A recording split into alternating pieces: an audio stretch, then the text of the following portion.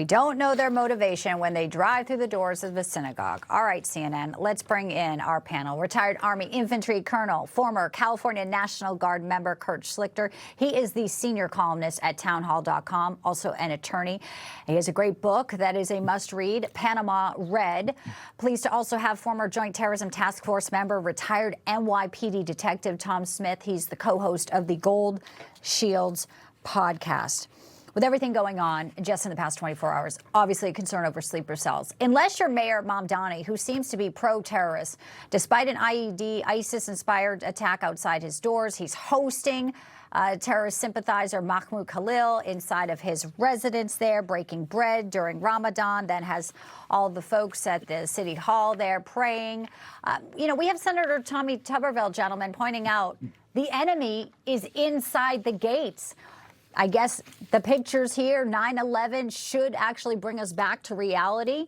But no, Mamdani is pushing back, saying that he's just breaking bread with New Yorkers. Tom, I'll start with you. Knowing New York is such a target, this is not sitting well with many, including the Jewish faith. We know synagogues in New York had to raise their patrols yesterday.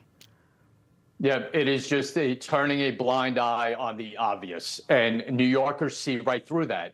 And that's the bad part about this. You have Democrats coming out there about toning down the rhetoric. The rhetoric can also be an image.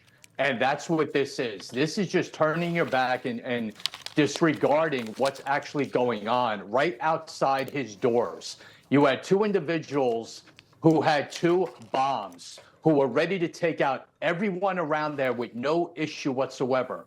But does he say anything or do anything to promote the good and heroic work that was done that day? No. We're going to host a terrorist who's a sympathizer into everything that's bad going on in the world.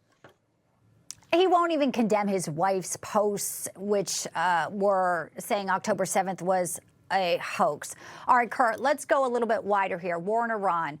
Surprise, surprise, March 26th. There's a new account on X, and it is purportedly Khamenei, Mushtaba, according to his post here. We don't know who's running this account. We haven't seen him. Hegseth says he's severely disfigured. I want you to pick up on that, and also the fact that President Trump told G7 leaders, according to reports, Iran is about to surrender. Obviously, their bluster online and on state-run media there says anything but surrender.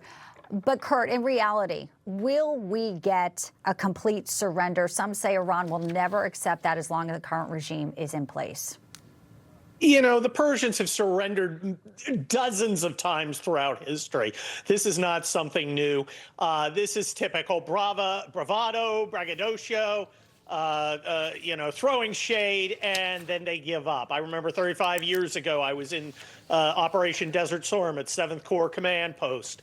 And, they were talking big then, and then they stopped. The fact is, we've conducted a military operation that's unprecedented in human history. Its scope, its impact, its effectiveness. These guys have almost zero combat power left. They're talking a lot.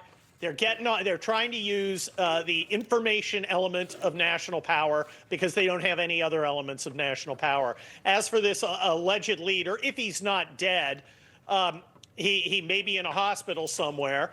But, ironically, there are reports out that he had to go to Britain to be treated for impotence. Well, he's showing a different kind of impotence now.